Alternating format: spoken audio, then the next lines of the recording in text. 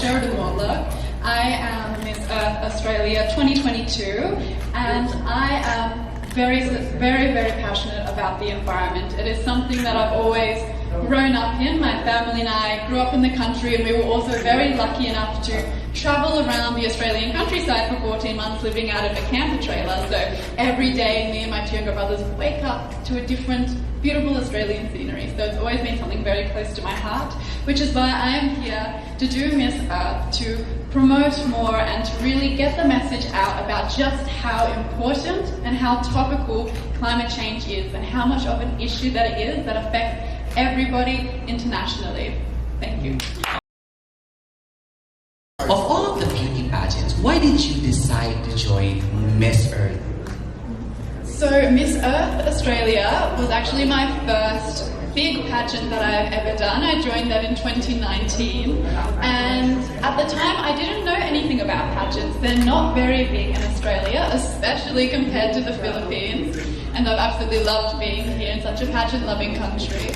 And so I joined Miss Earth and I got runner-up in that, and I'm like, oh, maybe this is something that I'm actually, good at. I should give it another go. And so I googled more pageants, and so there was like World and Universe, but I knew that my true passions were with the environment. As I'm studying global sustainability, and the environment is always something that I've been super passionate about, I knew that if I joined another pageant, I would still be advocating for the environment anyway, so why not stick to the pageant where that's the main cause?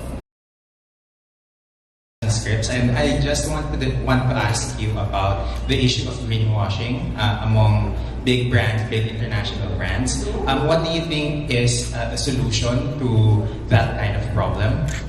So greenwashing, for those of you watching who might not know what greenwashing is, it's basically when companies use green slogans and words to make themselves appear more sustainable than they actually are. And this is a problem because as consumers, we're always trying to make the right choice, and especially with people that care about climate change, they're looking out for those products that are saying they're green or environmentally friendly.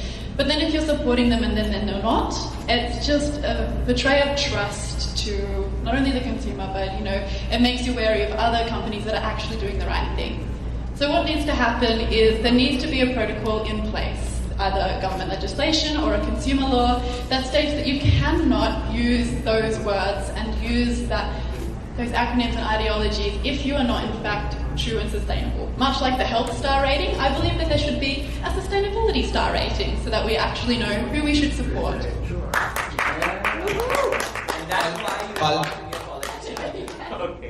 Follow-up question with regards to greenwashing. Do you think that governments around the world should impose harsher punishment for brands and companies that do so? I definitely think that they should take more control. As consumers already, we live very, very busy lives, right? And we don't have time every day to Google every single product in the supermarket or the mall. It shouldn't be up to us as the consumers to figure out whether a brand is lying to us or not. It should be stopped at the source so that we have no doubts and that we have trust and that we can fully support the brands that are doing good, because there are brands out there and it's fantastic. So yes, there should be start from the top and go to the bottom. In your opinion, what is the most significant environmental issue in the land down under that is widely ignored by its people? Ironic that you asked that question, as this year's Miss Earth theme is fauna. Unfortunately, Australia has thousands and thousands of beautiful, beautiful fauna and flora that are endemic to the country. However, a lot of them are going extinct. Unfortunately, Australia's got one of the worst rating when it comes to protecting our animals. And so this even includes our Amos koala, who was recently hit very, very hard by our bushfires.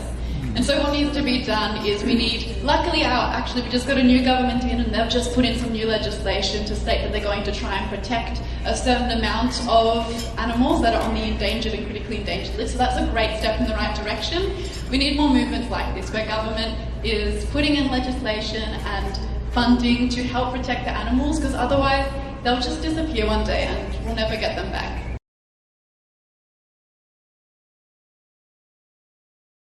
Invest money in your community regarding preservation of environment, how would you do it and why? So I've sort of got two communities at the moment. So right now I'm living in Paddington, which is a suburb in the city of Sydney, and they're actually very green. It's very fantastic, the initiatives they're doing. However, in Jerilderie, where I grew up in the small country town, we really do need more environmental initiatives. And so one thing that I would hope that they would put funding into is supporting our farmers. Because even though farmers might get a bad rep because they're known as one of the most polluting industries, without them, we would starve. And I don't know about you guys, but I like food.